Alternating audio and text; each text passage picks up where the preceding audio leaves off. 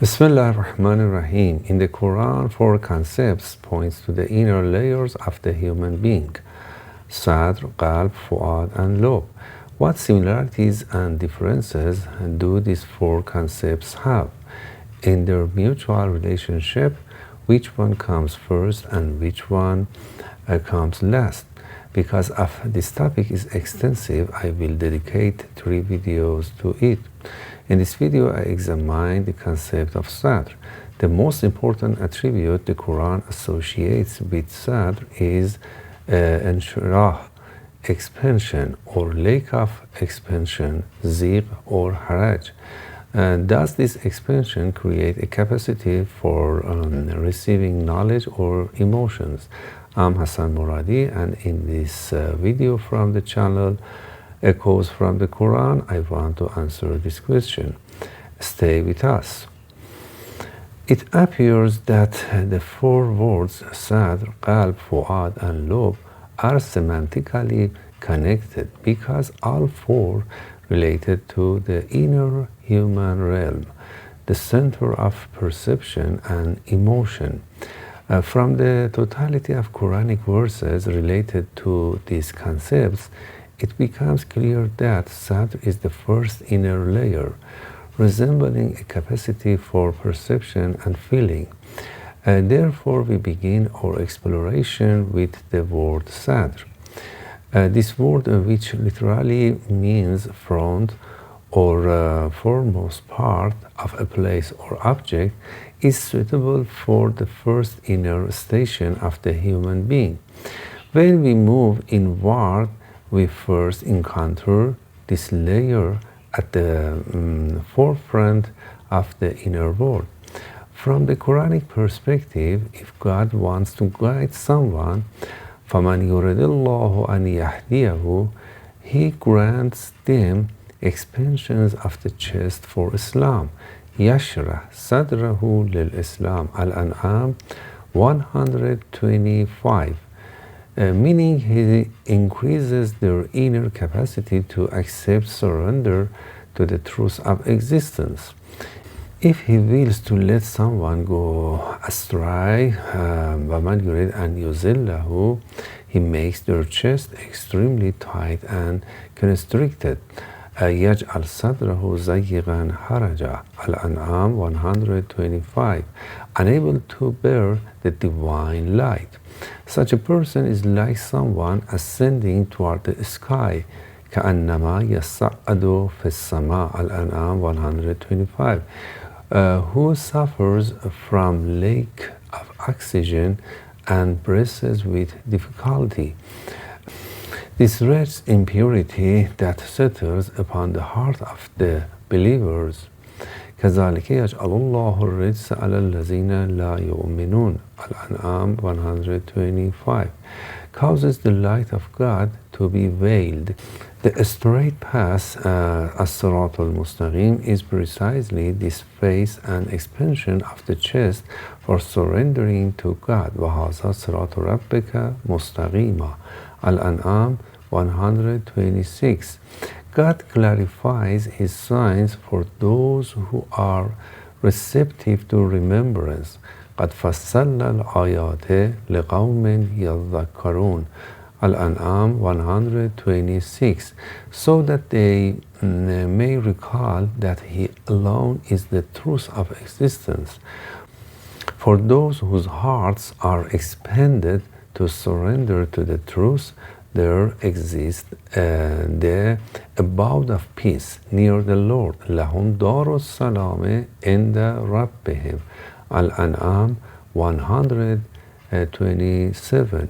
Because of the deeds they continually perform, God becomes their friends and guardian. وَهُوَ وَلِيُّهُمْ بِمَا كَانُوا يَعْمَلُونَ. Al-An'am 127. From these verses, we understand that ultimate goal of traversing the straight path is reaching the abode of peace, Darus Salam, the place where God manifests with His name as-Salam. In this about, there is no conflict among the divine names. It is pure tranquility. Thus, the journey on the straight path begins with the expansions of the chest. When the heart opens to the surrender to the luminous truth of existence, a person begins to see that light in all the signs of the outer and inner worlds. Seeing the one light in all things means realizing that there is no real opposition between us and the world, or between us and God, such that conflict would have meaning. By understanding the true unity of existence, one reaches the station of the name as-salam and becomes a resident of the abode of peace, Dar-us-Salam. In this station, it is God who acts through the servant's hands. This is also called the station of nearness through obligatory acts, qurb al-fara'id.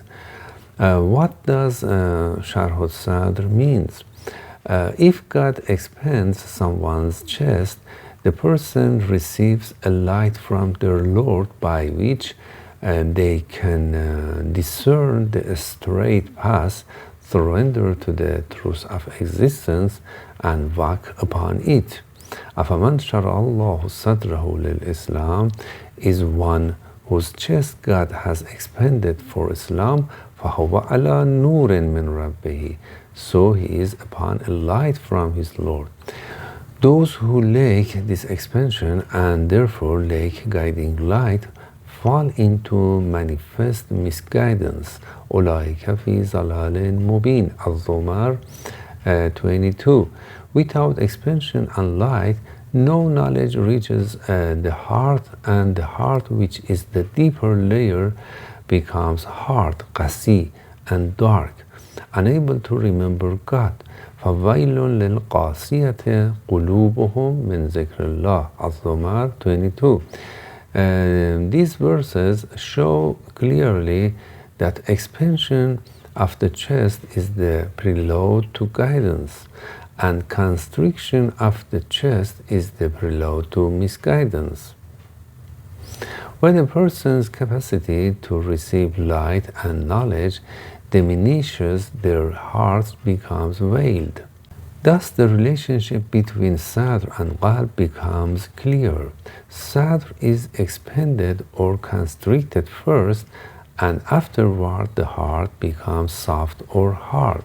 The straight path is knowledge of divine unity, Tawheed.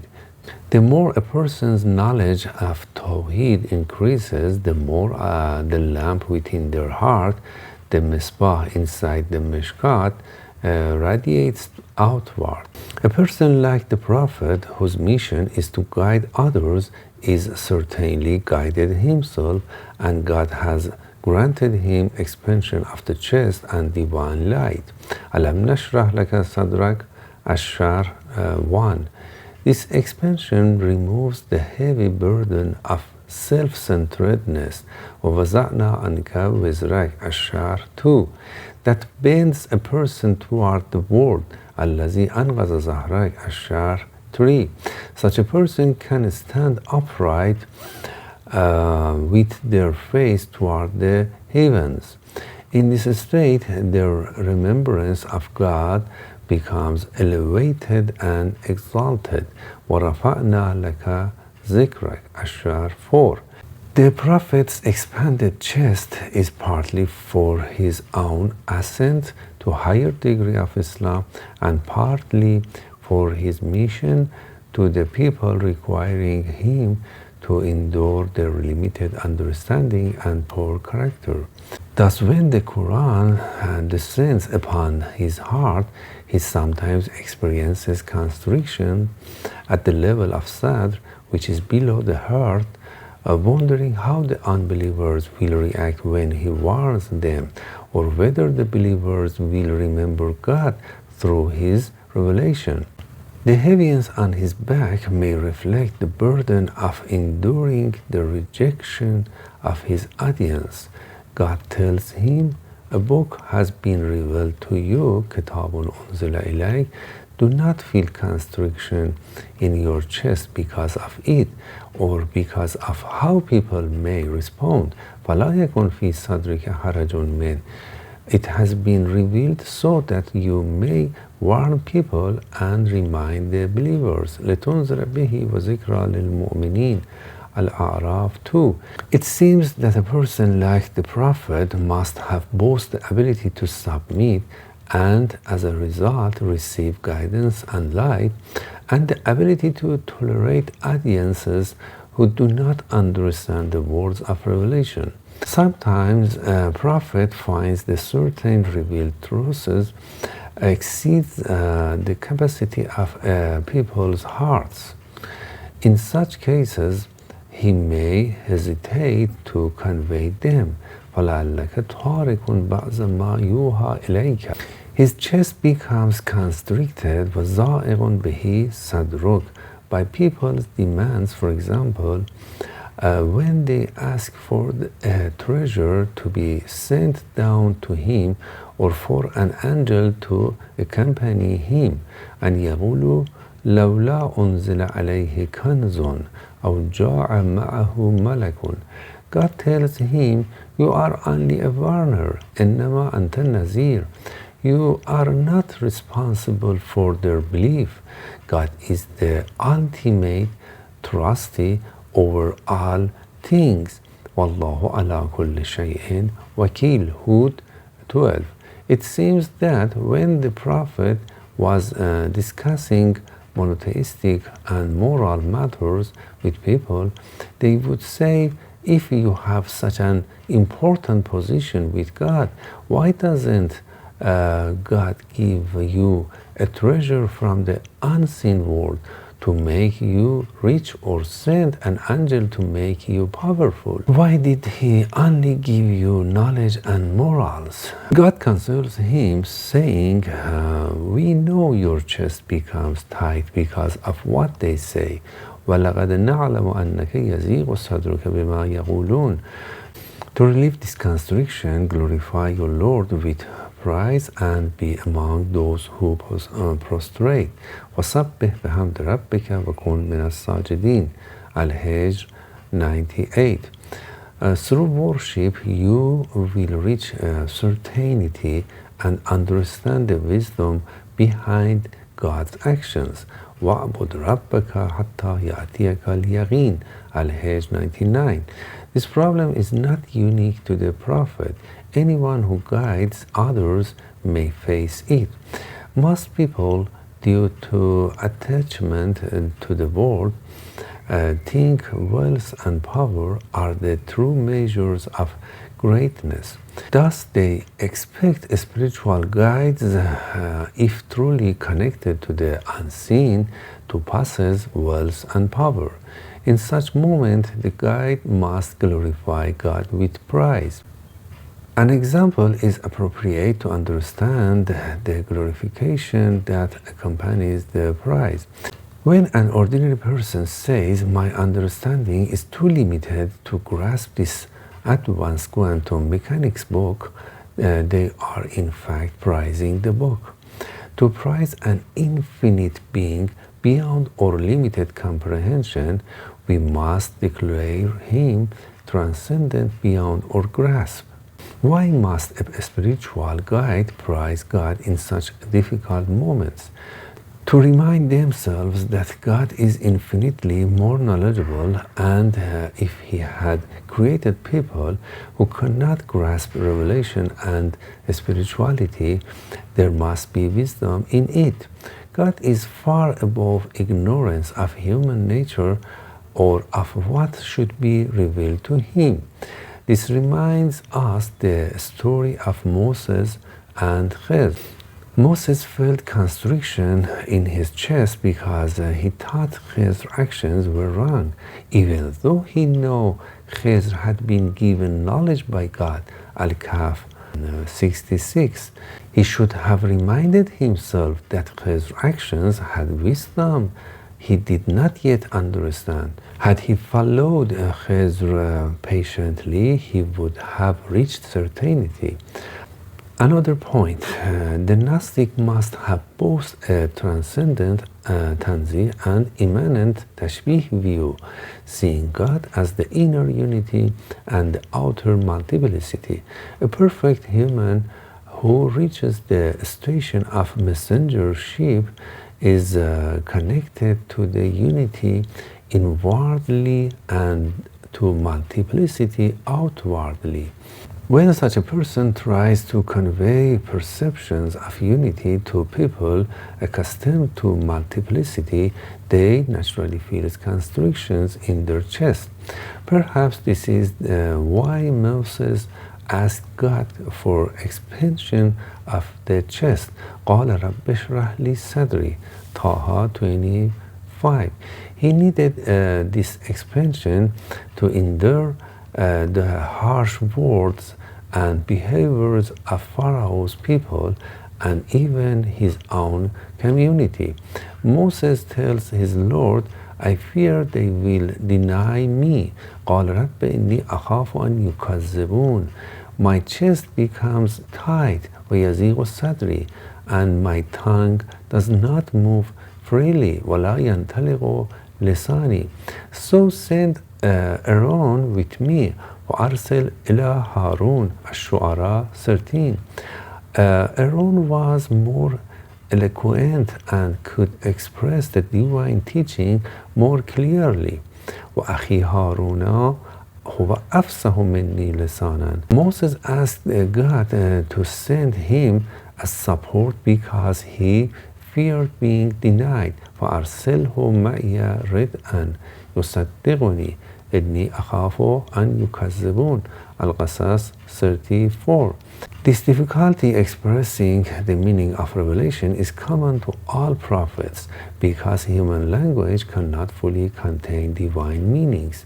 Human language develops within the limits of history and culture, while divine meanings carry infinite knowledge. The ability to receive meanings is one thing, the ability to express them is another. Some prophets may have both abilities, others may have one. Perhaps this explains the difference between prophets who received revelation and those who conveyed the revelation of earlier prophets. At the end, we must note that just as there is expansion of the chest for surrendering to the truth, there is also expansion of the chest for rejecting truth. Some people have great capacity for resisting truth. لا ولكن من شرح بالكفر صدرا. These are the ones upon whom is God's wrath and for whom there is a great punishment. وعليهم غضب من الله ولهم عذاب عظيم. النحل 106. The important point is that the agent of expansion toward disbelief is the person themselves, while the agent of expansion toward faith is God. This shows that God does not veil his own light. Rather, it is human being who turns away from the truth and toward themselves. This shows that God does not veil his own light. Rather, it is the human being who turns away from the truth and toward themselves. The more a person sees themselves, the less they see God and the truth of existence. Thus, they cannot align their speech and actions with the order of the universe, leading to distress. For example, someone who does not know what kind of food their body needs harms themselves. Perhaps the symbolic meaning of eating the forbidden fruit in the story of Adam and Eve is this very self-centeredness. Expansion of the chest for faith can reach the point where a person becomes an imam in guidance. A'immatul Huda, Al-Anbiya 73. Expansion of the chest for disbelief can reach the point where a person becomes an imam in disbelief. A'immatul Kufr, Tawbah 12. and a color to the fire, Al-Qasas 41. At the end of this section, I pray that God grants me and you greater expansion of the chest so that we may reach higher levels of Islam, deeper faith, and greater nearness to God. Thank you for being with me.